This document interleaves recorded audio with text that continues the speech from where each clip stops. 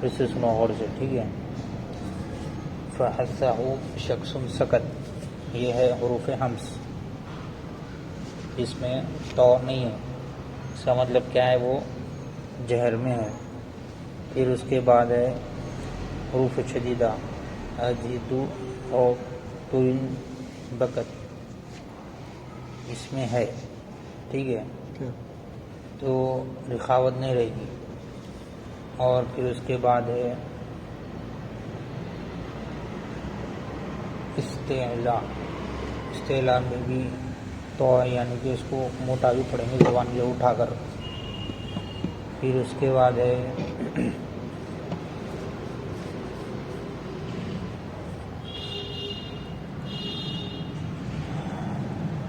اتباق، اتباق میں بھی ہے. پھر اس کے بعد ہے اسمات، اسمات بھی ہے. تو تکلف کس میں ہے؟ اس میں تکلف کون سے صفات شدت ادا ہو جاتے ہیں یا کس میں تکلف ہے؟ یہ جہر ادا ہو جاتی، شدت میں تکلف ہے. اور یہ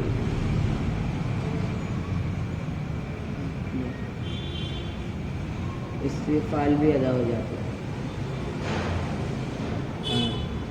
اتباع میں ہے تکلف میں، اور اسمات بھی ادا ہو جاتا ہے.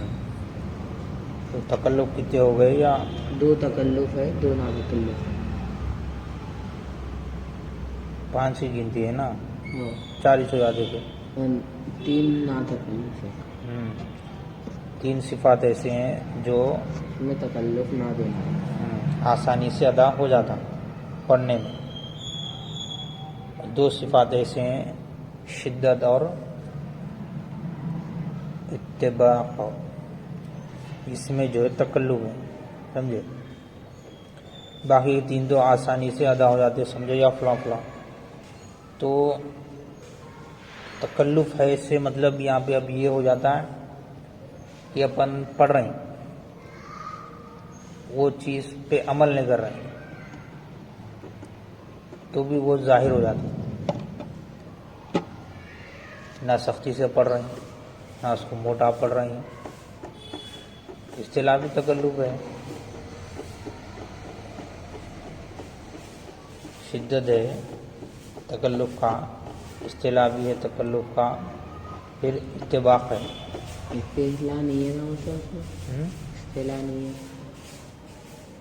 ہے خصہ دوتن قید ہے، استفعال نہیں ہے. ارے ہاں،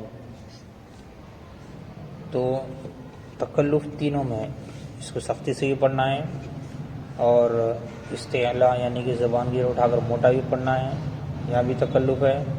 پھر اتباق ہے، یہاں پہ بھی جو ہے زبان جو ہے پھیل کر تعلق کی جانب لگ جاتی.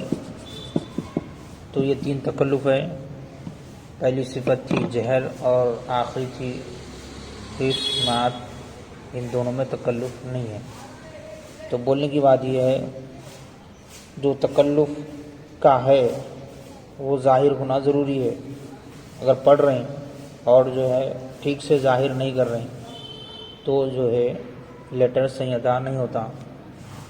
اب مثال کے طور پہ اپنے گھر نماز بھی ہوتی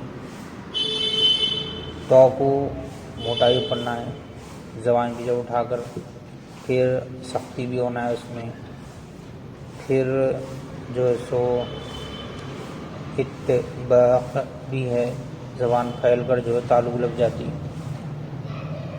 تو سمجھو اب یہ پڑھا جا رہا قرآن شریف، اس میں کس طرح عمل ہو رہا بولنے سے، اس کو کیا بولیں گے. اب وہ اس کی جگہ کے بعد یہ 3 چیزیں ملحوظ رکھ کے ادا کرنا قیدوں کے ساتھ، یہ جو ہے کسی کو شوق ہی نہیں رہا آج کل، ٹھیک ہے. تو تکلف کس میں ہے بولو؟